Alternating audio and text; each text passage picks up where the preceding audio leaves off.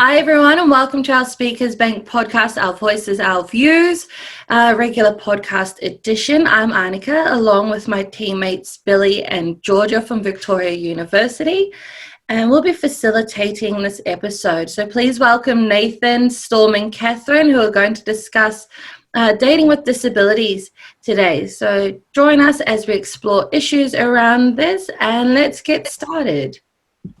So, first question today, team. Oh, actually, do we want to start with introducing ourselves? Yes. Hello, everyone. Hope everyone's going well and is nice and safe. What a great day it is today, though. So, yeah, it's nice and sunny today. Good.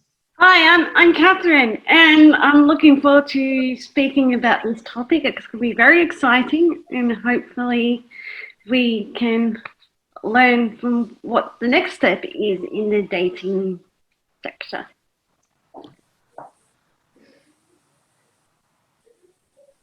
Oh, hi, I'm Nathan. I've been with Speakers Bank for a number of years now, and I'm looking forward to hopefully somewhat informing somebody out there on something. Beautiful. Well, first question today, team. What are your current relationship statuses? Don't all rush in at once. Yeah. Well, I can say that I'm single still. Someone living with a disability makes it harder to find someone that you, for your friendship love or your future husband, whatever. Because we just don't fit into that category. But I do know there's groups that you can probably join.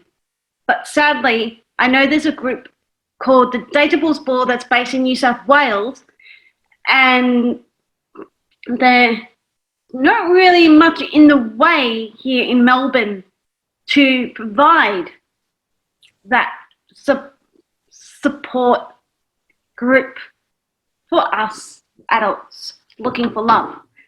But there is positive that I do know a few people know of that is going to be opening up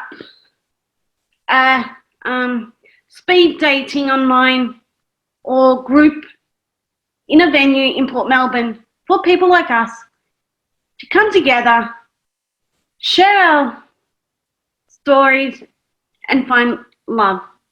That sounds really exciting. That is awesome. Because it's very exciting to know something's going to happen here in Melbourne.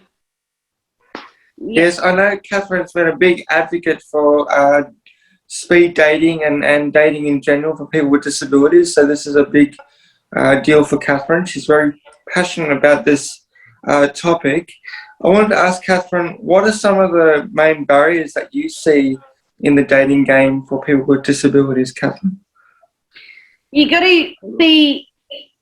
It's very important that you get to know the person.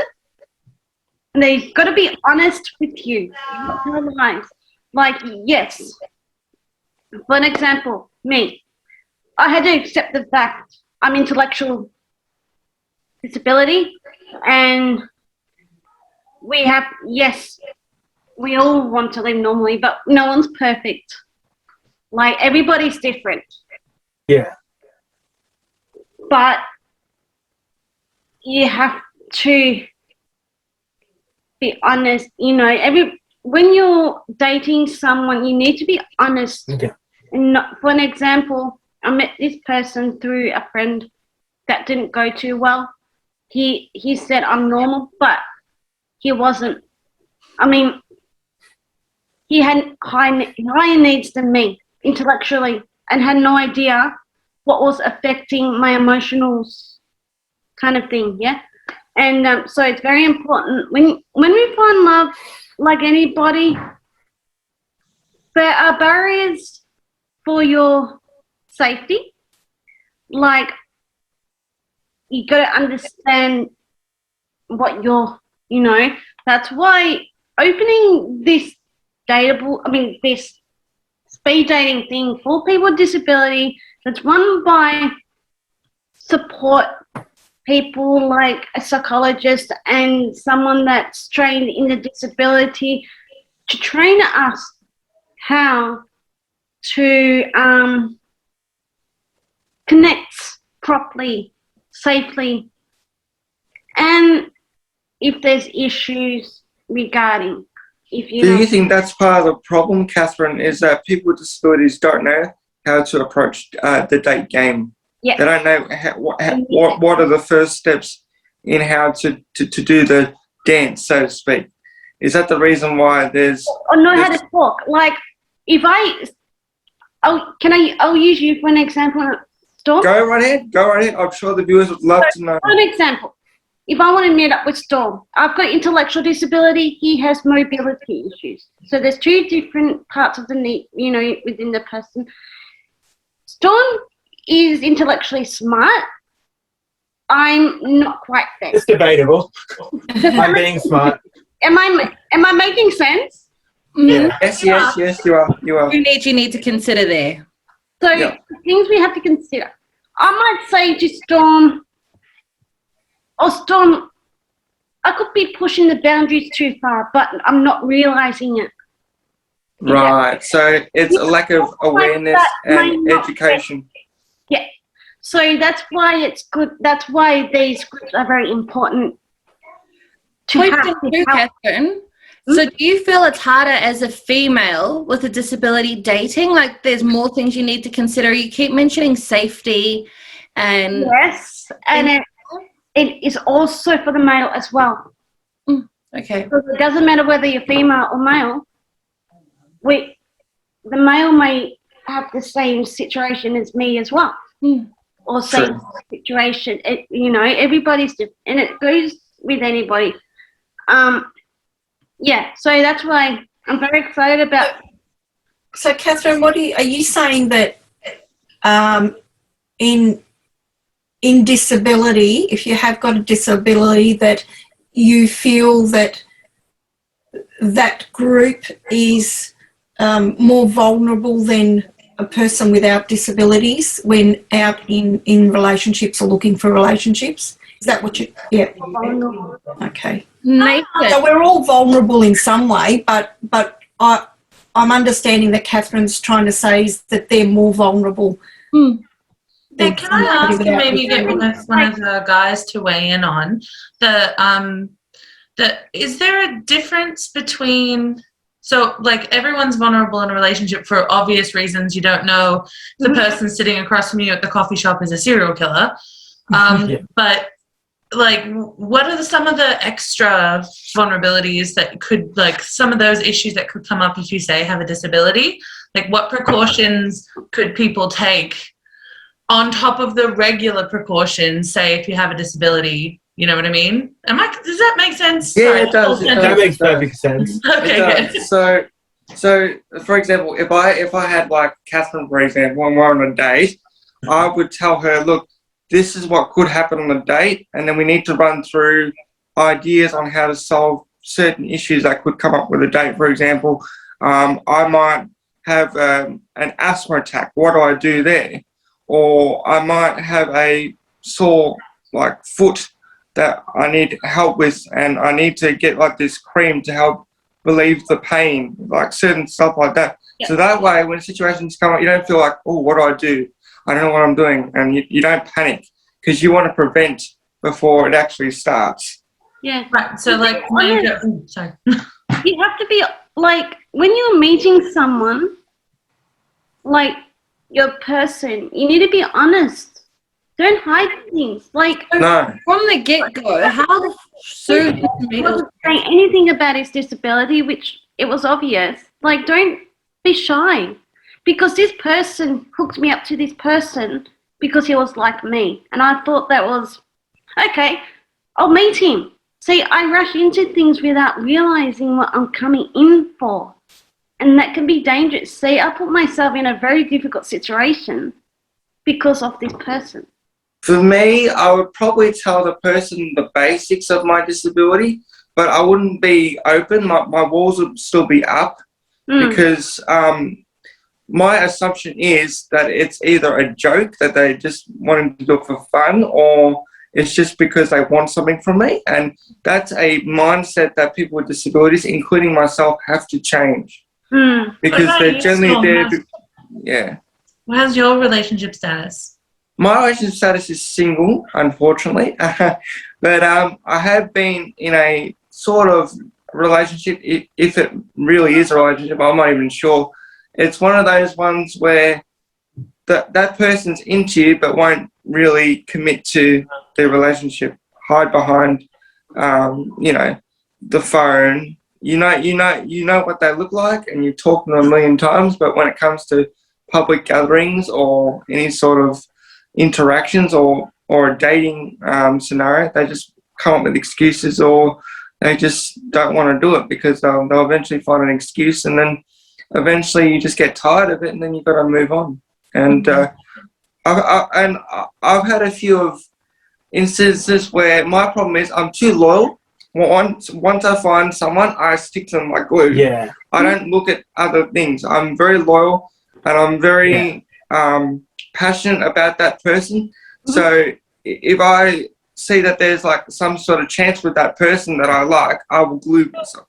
I need to learn how to when I'm not officially like how do I say it? So if I'm single and it's not like a committed relationship, I still need to open my eyes and still look at other options. So if I'm still in a relationship and it's kind of not working out, then I need to look left and right because there's other opportunities, and I didn't see that. I just thought I'll stick with one, deal with the issues, and then eventually, it should work out. But it doesn't always end up like that. Sometimes you just end up in a dead end. Well, what about you, Nathan? You've been uncharacteristically quiet. Sure. I thought I'd let everybody else have the floor because I didn't want to, take over like a COVID plague. But basically, so my experience when I was first dating, my experience was I had met, so just to clarify for everybody online, I'm currently married. Back in 2017, I had been single for many, many, many years, never had a relationship.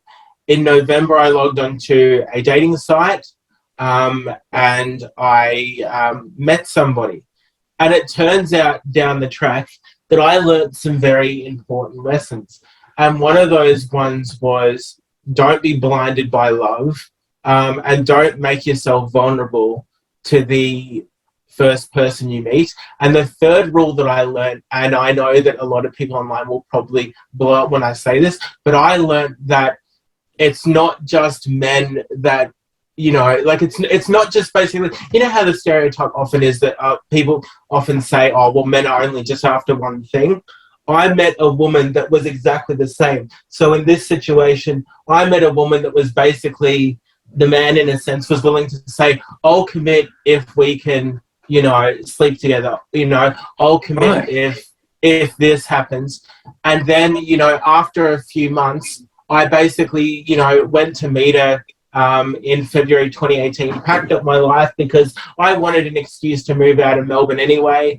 And then a couple of months later, that person, after I, was vulnerable and gave myself over to them, basically skipped out, and basically it turned out they'd lied about everything that they'd promised. So, and while I'm not bitter towards that person, I hold no unforgiveness. It taught me some very important lessons. So what I decided, that once I'd healed from the whole breakup, I decided, that I would try a number of dating sites, but the one that I had settled on, like I'd even tried, disability dating sites, and none of them worked.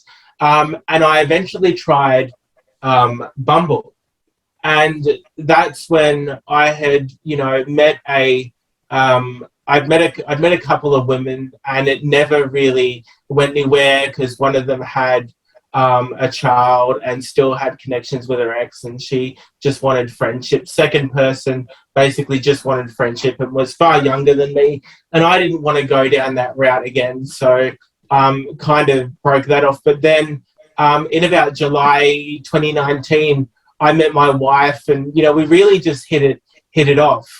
And I think one of the best things that you can do is actually not mention your disability, because what that allows is when you put, your best foot forward and someone sees your photo and thinks, oh, there's something special about you, at least what it does is it says, okay, it gives you a chance to get to know the person. And then once they get to know you, they can find out about the disability. And then that's when, the bond can get tested. Like a safe space, testing if they're a safe person before you tell them.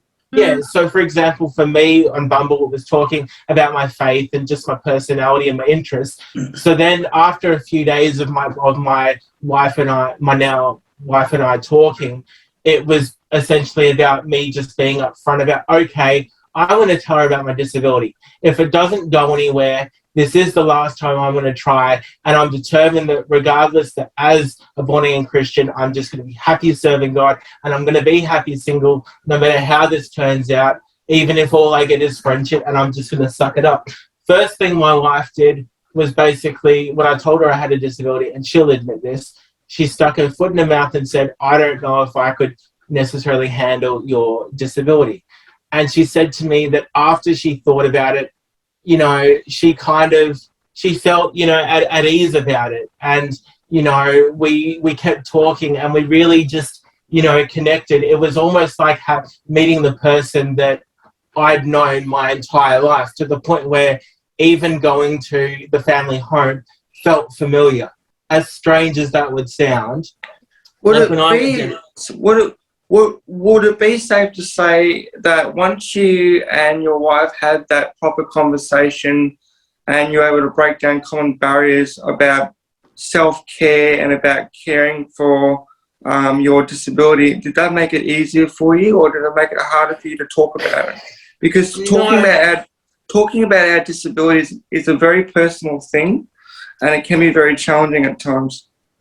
It actually made it quite easy to talk, and part of that is because, again, I love to use humour, and I'll rag on myself. Like, quite frankly, we live in a day and age where people can't, joke about race, religion, or their own disability. I ripped on myself. Like, I remember one day, my wife and I, and YouTube's not going to like this, but I don't care. My wife and I were talking one afternoon after she'd come back from uni.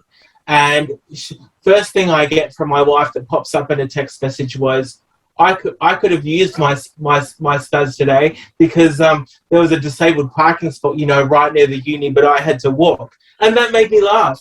Most people, for example, would find it offensive. I personally don't. And, it's that kind of dynamic, to be able to just have jokes that really you only have with, your partner. Like, and the frustration that my wife and I have, for example, in our relationship is that, say, for example, if you go out to, in the general public, because, people are the way that they are, if they overhear, an informal carer say to, the client or the loved one, oh, they joke about, oh, you're retard or your spaz or whatever, people don't get that that's a joke, and people can kind of, it's the kind of thing where it's like, people just kind of flare up. But in my mind, I can wander over to my wife and, I'll joke about, like, calling her, for example, a mental case. Now, most people would find it offensive. We don't, because it's just the dynamic that we have. And I think one of the major barriers when you date with disability is that people like to overhear things and be offended for you, when in reality, if two able-bodied people went out on a date and they had an in-joke that someone overheard, no one would bat an eyelid. No one would, question it if someone said, oh, you jerk, or whatever. Like, I'm trying to think of something not offensive, but, there are those jokes that, like, even amongst family, you'll have a joke that no one else will understand, but to someone it might seem that it's almost abusive or offensive, but in reality, it's almost like a term of endearment. Now, that's a good jumping off point for another one of our questions. This one's specifically for you, Nathan, because you're married. Do you find a lot of the time that people mistake your wife as not your wife? If I had $1 for every time that happened, I would be loaded. I would have no problems buying an SDA and building a monopoly and taking over the world. Like, honestly, because He's on fire today. the amount of times, and I feel like this needs to be a regular segment where I get on a high horse, but I really hate it because oftentimes I'll honestly get people that assume that my wife has been something like carer, sister, friend, and it just absolutely grates me. Like, I went to an exercise physiologist one day because a lady that I had, an instructor that I had, was filling in, and she guessed that either my wife was my friend or my sister. Couldn't be your wife. Just for the people at home, does your wife have a disability? No, my wife has ADHD and mild autism, but she doesn't have a physical disability, no. Do you think that contributes to why people mistake her for a carer, sister, friend so often? Absolutely. I mean, now I just kind of just let it go, but I find that, it does get annoying because I think to myself, well, any other couple could, as I said before, have an in-joke and no one would think twice about saying, oh, I wonder if he's being abused, maybe I should go to the, police. But, someone else could have, an in-joke that would seem, insulting or, have, say, an argument in public and no one would question it. Mm. Whereas, like, say, for example, my wife and I have had, I'd say, marital discussions or, disagreements while we're, out and about, because that's just normal. That's every relationship. Whereas what we have to be careful of is, because my wife's my informal carer, someone doesn't see me and go, oh, married couple having an argument. They just think, oh, I wonder if XYZ is going on. And it's really heartbreaking because my wife would never do anything to hurt me. My wife loves me. In fact, to be honest with you, she's the only human being on this planet I could trust.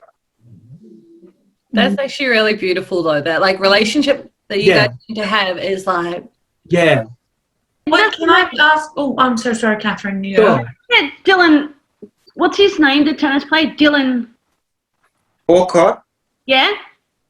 He's a champion tennis player, and he's in a chair. But up here, he's wow.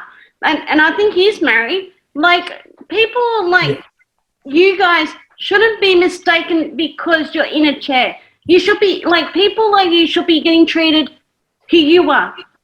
Not the disability. Forget about the disability. Look at the person, Yeah. Like, it's really cruel that it's still out there that, It is.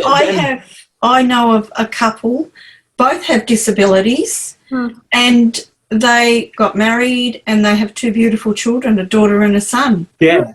It's, and they were very much, in a way, ostracised and judged about how are they going to cope as a married couple, how are they going to live in a home of their own, all that sort of stuff. All those issues came up and topics came up. But you know what? They prevailed in the end. They're kids in their 20s.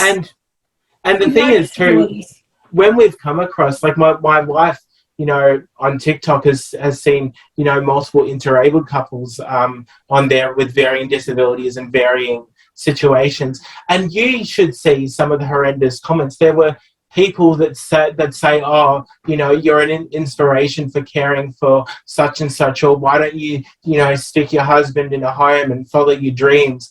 And one comment, I kid you not, you'll love this one. One comment actually said, because I think this couple, I don't know whether they both had disabilities or one of them, but they basically said, instead of having, a child, basically you should be, it was basically a reference to them that they should be aborted.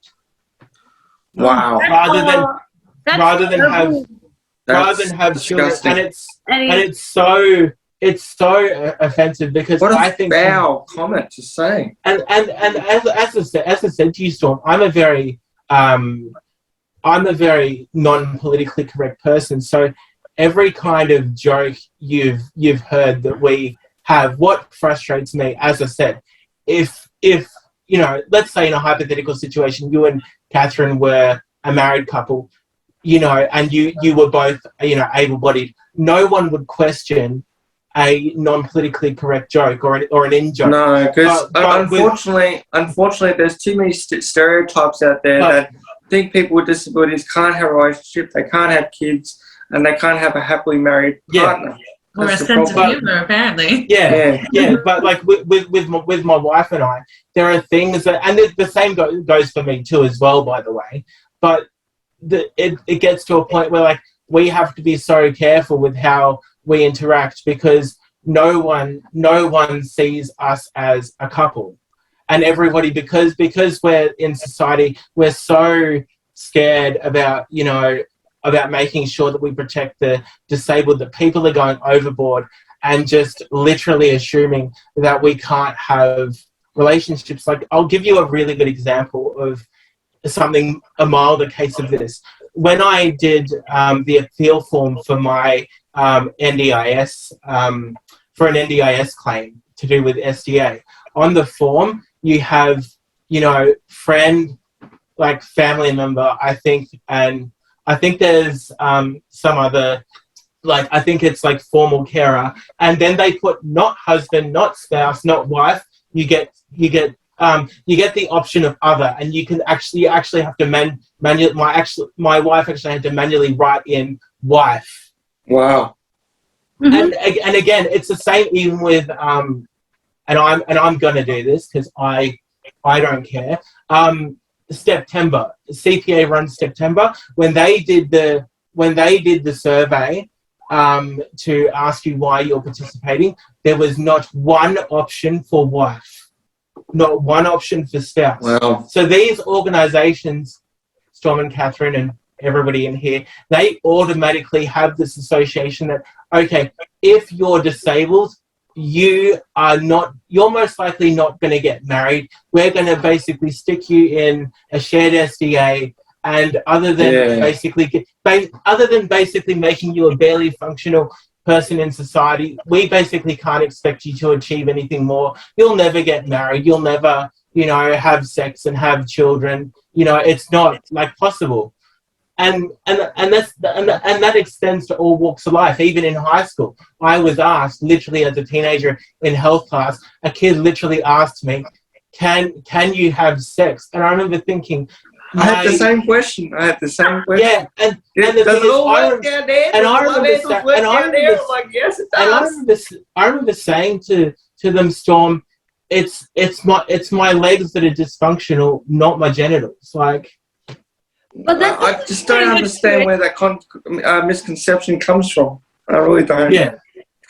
That's also a good jumping off point for another one of the questions we wanted to ask was, what was your experience in school regarding like sex education, and how dating in high school is like pretty flippant. People date a lot of different people in high school. Like, what was everyone's experience? Well, I went to mainstream all the way through. So I remember when I was in year 6, we did sex education. In grade 6, because the grade 5s did bike ed. And so I can't remember what we were doing. But then when I was in high school, this is going to be a funny topic. When I was in high school, we had to bring a baby. I was in a girls' unit. And I don't know what the co-ed classes did, but we had to bring a babe. We did have a banana. Oh, yeah. We actually practiced. The standard banana sock thing. Yeah. And so that was interesting. But bringing the baby and pretending that we were parents, and some of us didn't sleep at all. Some came to school so tired. But I just let I'm not going to go to that extreme, but like, baby to class was, but yeah, that was a very interesting way to see what it's like, but I don't know. Yeah. What about you, Storm? Mine was the classic banana peel on the condom thing. So Yeah. what would happen is you get like this statue thing. You get like a penis type thing, and you work on your condom skills. So that was interesting. I found it very uncomfortable to do it in front of everyone else. Oh, yeah. That's pretty I would have standard. much rather have just, private lessons on how to do it.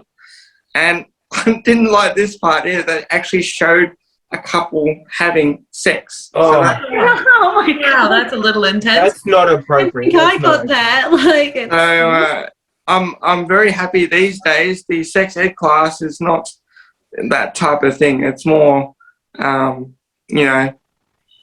you'll see what happens when it actually happens, if you know what I mean. So. Yeah. I think back then it was a bit of a joke sex ed class, but I think these days it's a bit more serious because of safety issues and also all the disgusting diseases you can get from unprotected sex, and that's something that people don't really talk about, and we should talk about it more because there's some horrible stories that I've heard, because people are not using proper protection.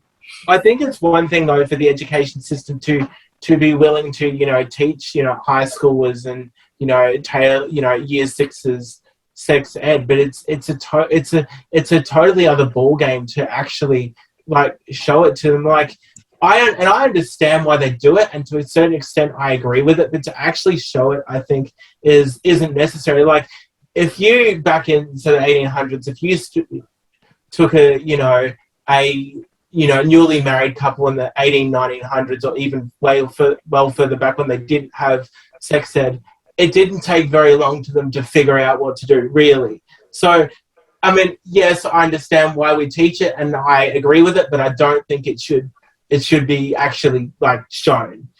No, like when I said shown, it means like certain parts of the actual sexual like development. Maybe go away from development. I a little bit. Otherwise, we're going to get this video down on we weren't showing like I thought sexy scenes or because I thought sexual, development. Because to be quite honest with you, Storm, what I thought you meant was you literally watched a couple. No. Having that's what I thought. relations on film. And the thing is, and the reason why I thought that, because there's some scientists, like years ago, I think back in the 90s, actually took I don't know whether they were married or not, but they took a couple and put them in, I think it was like an MRI machine, and got them to actually have sex so they could see the brain chemistry. I'm so sorry to cut you off. We really cannot talk about this, or this will get taken off YouTube. But I would like to. I'm so sorry. That's fine. I'll see you later. Yeah, tell me later. Well, tell us later. Quick. So can we need to wrap it up, but can I just ask like one final question and get everyone to like answer it? Sure. If you could change one thing about people's perceptions in relation to like dating or relationships or that sort of stuff, what would you change? Actually show up to the date that you actually say that you're going to do it. Right. So like follow through sort of thing. Follow through what you say, because those actions of not following through can seriously hurt someone's mental health and confidence going forward.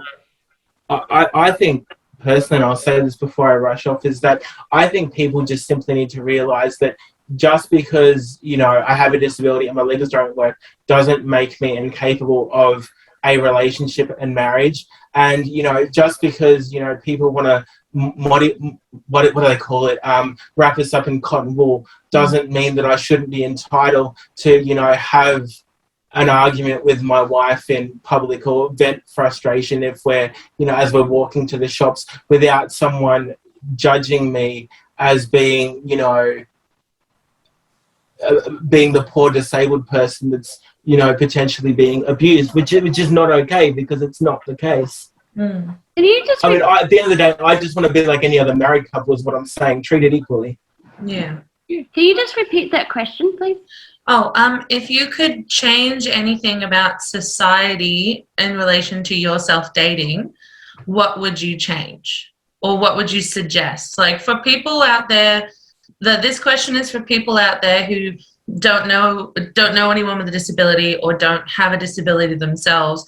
It's a good way to sort of give them some insight into things they might be doing that's like even accidentally upsetting.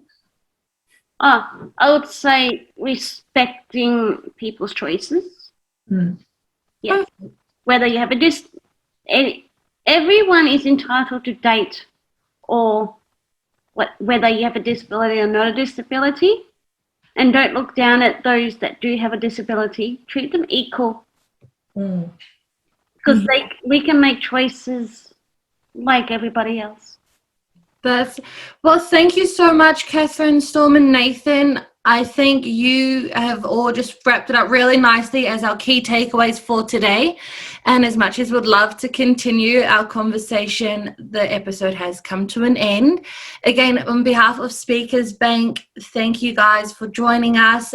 Thank you everyone for watching.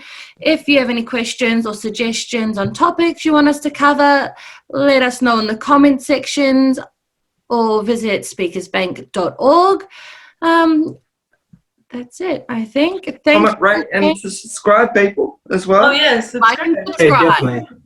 Please do subscribe. Bye. Have a great day. Keep seeing you Bye. guys.